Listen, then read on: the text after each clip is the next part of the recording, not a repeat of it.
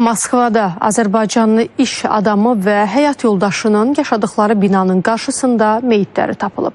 Rusiya mətbuatı hadisəni intihar kimi qələmə versə də, ailəni tanıyanlar və qonşular bu versiyaya inanmırlar. Əməkdaşımız Fərid Əkbərov hadisə yerində olub.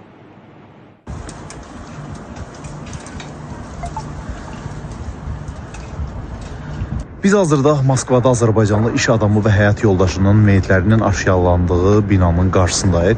Bura Novaya Moskva adlanan ərazidir. Fevralın 16-sında axşam saatlarında gördüyünüz Salariyeva Park yaşayış kompleksində Azərbaycanlı ər-arvadın yaşadıkları binanın qarşısında meyitləri tapılıb. Onların yaşadıkları 7-ci mərtəbədən yerə çırpıldıkları və həyatlarını itirdikləri bildirilib. Məlum insident Rusiyanın internet məkanında sürətlə yayılıb. Rusiya mətbuatı hadisəni özünə qəsd kimi təqdim edib.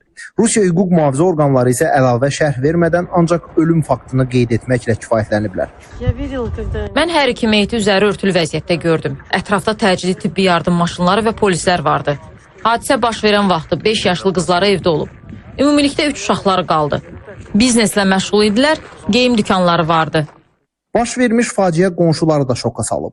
Qonşuların bildirdiyinə görə Azərbaycanlı ər-arvad çox mehriban olublar və qonşularla müntəzəm təmas saxlayıblar.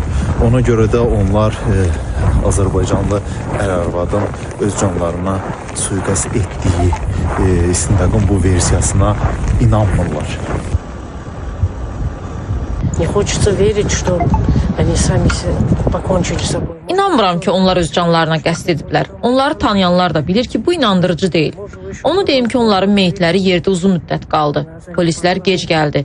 Təcili tibbi yardım maşınları birinci gəldilər. Çox təəssüflər olsun ki, belə cavan, gözəl ailəni itirdik. Azərbaycanlı iş adamı və həyat yoldaşının ölümündə müəyyən qaranlıqların olduğu göz qabağındadır. Bu bədbəxt hadisədir yoxsa qətl? İndi bu suallar açıq qalır.